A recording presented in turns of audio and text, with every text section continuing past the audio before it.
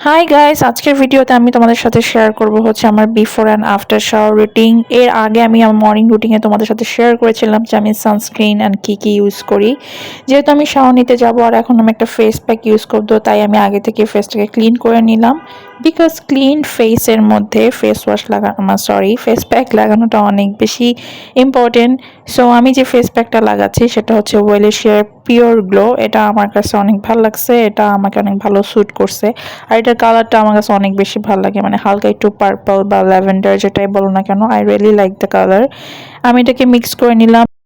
So face pack use করতে normally অনেকে applicator use করে, ব্রাশ ইউজ করে, আমিও করি, বাট হাত ইউজ করলে একটু বেশি কমফোর্টেবল, বিকজ এটা দিয়ে সুন্দরভাবে ফেস প্যাকটা ফেসের মধ্যে স্প্রেড হয় আর একটু বেশি কমফোর্টেবল লাগে।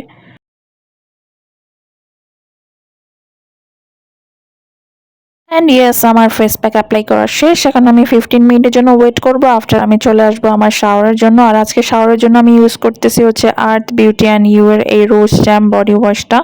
এটা রিজনেবলের মধ্যে অনেক ভালো, এটা কিন্তু অনেক ফ্যানাকে বেশিও ইউজ করার প্রয়োজন পড়ে না, অল্প একটু নিলেই চলে। এরপর স্ক্রাবার হিসেবে আমি হচ্ছে গট মিল্কের এটা ইউজ করতেছি। এটা আমি এসএ কর্পোরেশন থেকে নিয়েছি, এটাও কিন্তু অনেক ভালো।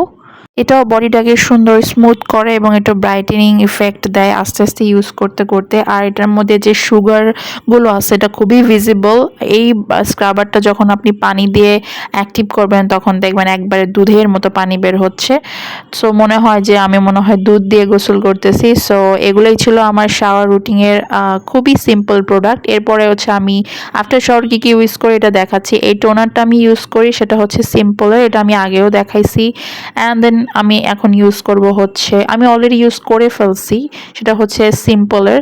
আমি এইভাবে দেখাচ্ছি কারণ হচ্ছে আমি গোসলের পরে উজু করে আসছি, যার কারণে আমি ফেসটা শো করতেছি না, কী প্রোডাক্ট ইউজ করছি সেটাই জাস্ট দেখাচ্ছি। সো আমি এই ময়শ্চারাইজারটা ইউজ করছি অ্যান্ড সানস্ক্রিন তো মাস্ট। সো এই সানস্ক্রিন আর এই ময়শ্চারাইজারগুলো আমি প্রিভিয়াস ভিডিওতেও শো করেছিলাম।